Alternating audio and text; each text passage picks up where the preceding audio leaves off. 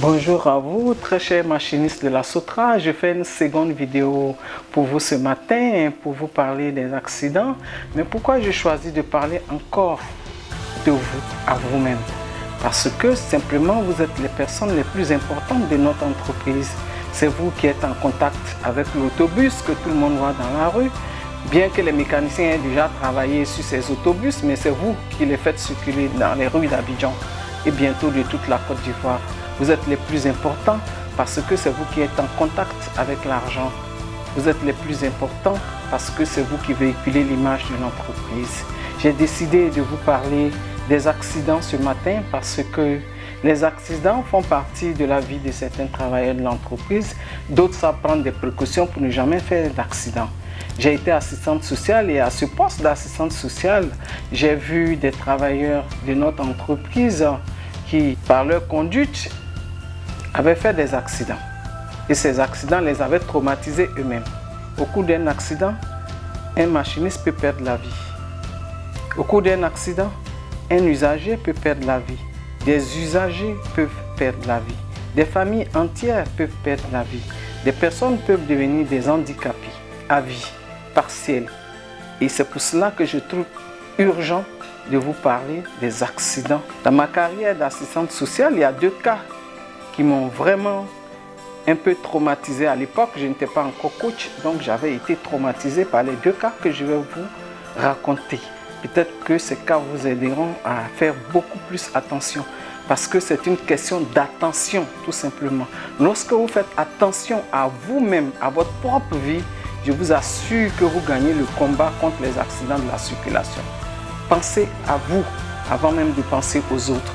Parce que lorsque vous sortez de la maison, rien ne vous dit que vous allez retourner vivant chez vous à la maison si vous ne portez pas de l'attention à vous-même. J'ai vu dans ma carrière d'assistante sociale, j'ai vu un chômage technique dû à l'absence de bus. Parce que nos bus avaient connu tellement de difficultés par la faute des personnes qui les conduisaient, par les comportements humains, que nous n'avions plus de bus. C'était la cause principale, étaient les comportements humains. Et ces chômages ont fait beaucoup de personnes malheureuses dans la vie.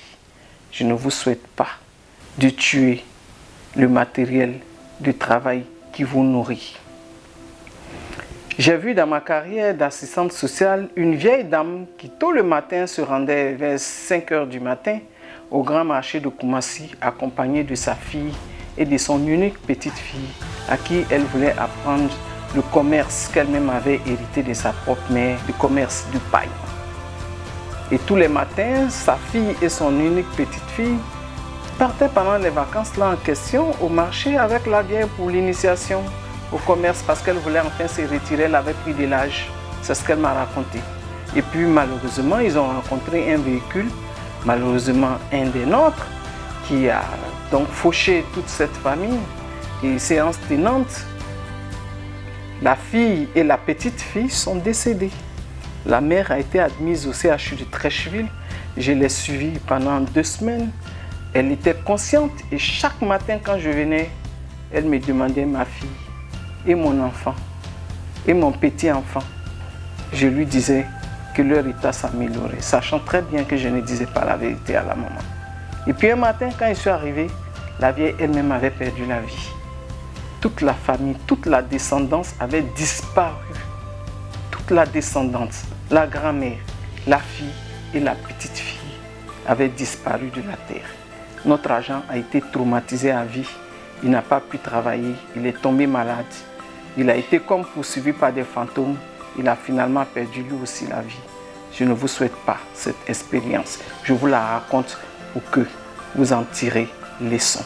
Parce que lorsque une histoire vous est racontée, soit elle vous enrichit, elle vous donne forcément des leçons. Elle ne devrait pas être faite pour vous détruire. Je vous remercie de tenir compte de cela. Et je vous dis, c'est juste de l'attention. Il faut faire attention à soi-même et attention aux autres. Vous voyez cette porcelaine que je tiens en main? Elle est cassable. Elle a d'ailleurs été cassée parce que quelqu'un de ma maison n'a pas fait attention à cette porcelaine que j'ai chez moi depuis plus de 20 ans. Pourtant, la porcelaine est fragile. Mais lorsque on sait faire attention, on peut garder cela comme héritage de mère-enfant. Et une porcelaine peut durer 100 ans, 1000 ans et toute la vie si on sait lui porter attention. Les deux porcelaines sont rentrées dans ma maison le même jour, il y a plus de 20 ans.